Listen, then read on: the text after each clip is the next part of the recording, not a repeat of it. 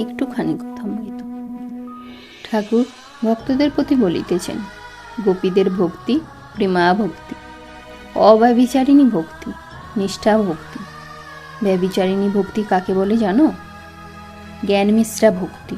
যেমন কৃষ্ণই সব হয়েছেন, তিনিই পরম ব্রহ্ম, তিনিই রাম, তিনিই শিব, তিনিই শক্তি, কিন্তু ওই জ্ঞানটুকু প্রেমা ভক্তির সঙ্গে মিশ্রিত নাই। দ্বারকায় হনুমান এসে বললে, সীতারাম দেখব। ঠাকুর রুক্মিণীকে বললেন, তুমি সীতা হয়ে বসো, তা না হলে হনুমানের কাছে রক্ষা নাই। পাণ্ডবেরা যখন রাজসূয় যজ্ঞ করেন, তখন যত রাজা সব যুধিষ্ঠিরকে সিংহাসনে বসিয়ে প্রণাম করতে লাগলো। বিভীষণ বললেন, আমি এক নারায়ণকে প্রণাম করব, আর কারুকে করব না। তখন ঠাকুর নিজে যুধিষ্ঠিরকে ভূমিষ্ঠ হয়ে প্রণাম করতে লাগলেন। তবে বিভীষণ রাজমুকুট শুদ্ধ ষষ্ঠাঙ্গ হয়ে যুধিষ্ঠিরকে প্রণাম করে। কীরকম জানো? যেমন বাড়ির বউ দেওর, ভাসুর, শ্বশুর, স্বামী সকলকে সেবা করে, পা ধোবার জল দেয়, গামছা দেয়, পিঁড়ে পেতে দেয়, কিন্তু এক স্বামীর সঙ্গেই অন্যরকম সম্বন্ধ। এই প্রেমা ভক্তিতে দুটি জিনিস আছে, অহংতা আর মমতা। যশোদা ভাবতেন, আমি না দেখলে গোপালকে কে দেখবে? তাহলে গোপালের অসুখ করবে। কৃষ্ণকে ভগবান বলে যশোদার বোধ ছিল না। আর মমতা, আমার জ্ঞান, আমার গোপাল।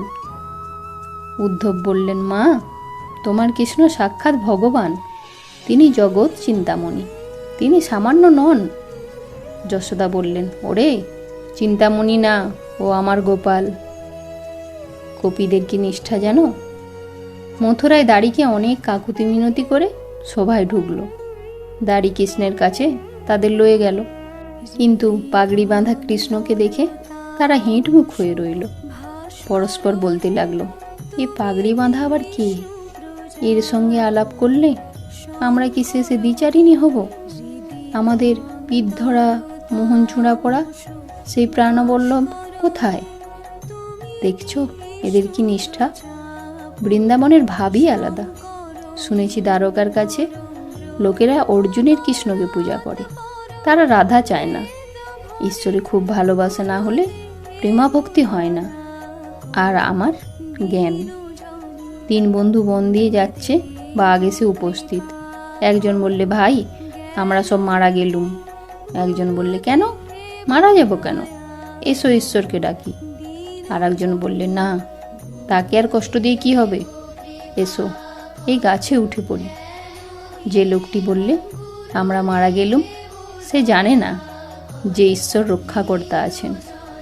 যে বললে এসো আমরা ঈশ্বরকে ডাকি, সে জ্ঞানী, তার বোধ আছে যে ঈশ্বর সৃষ্টি, স্থিতি, প্রলয় সব করছে। আর যে বললে তাকে কষ্ট দিয়ে কি হবে, এসো গাছে উঠি, তার ভিতরে প্রেম জন্মেছে, ভালোবাসা জন্মেছে। প্রেমের স্বভাবই এই, আপনাকে বড় মনে করে আর প্রেমের পাত্রকে ছোট মনে করে। পাছে তার কষ্ট হয়, কেবল এই ইচ্ছা যে যাকে সে ভালোবাসে তার পায়ে কাঁটাটি পর্যন্ত না ফোটে। জয়তু শ্রীরামকৃষ্ণ।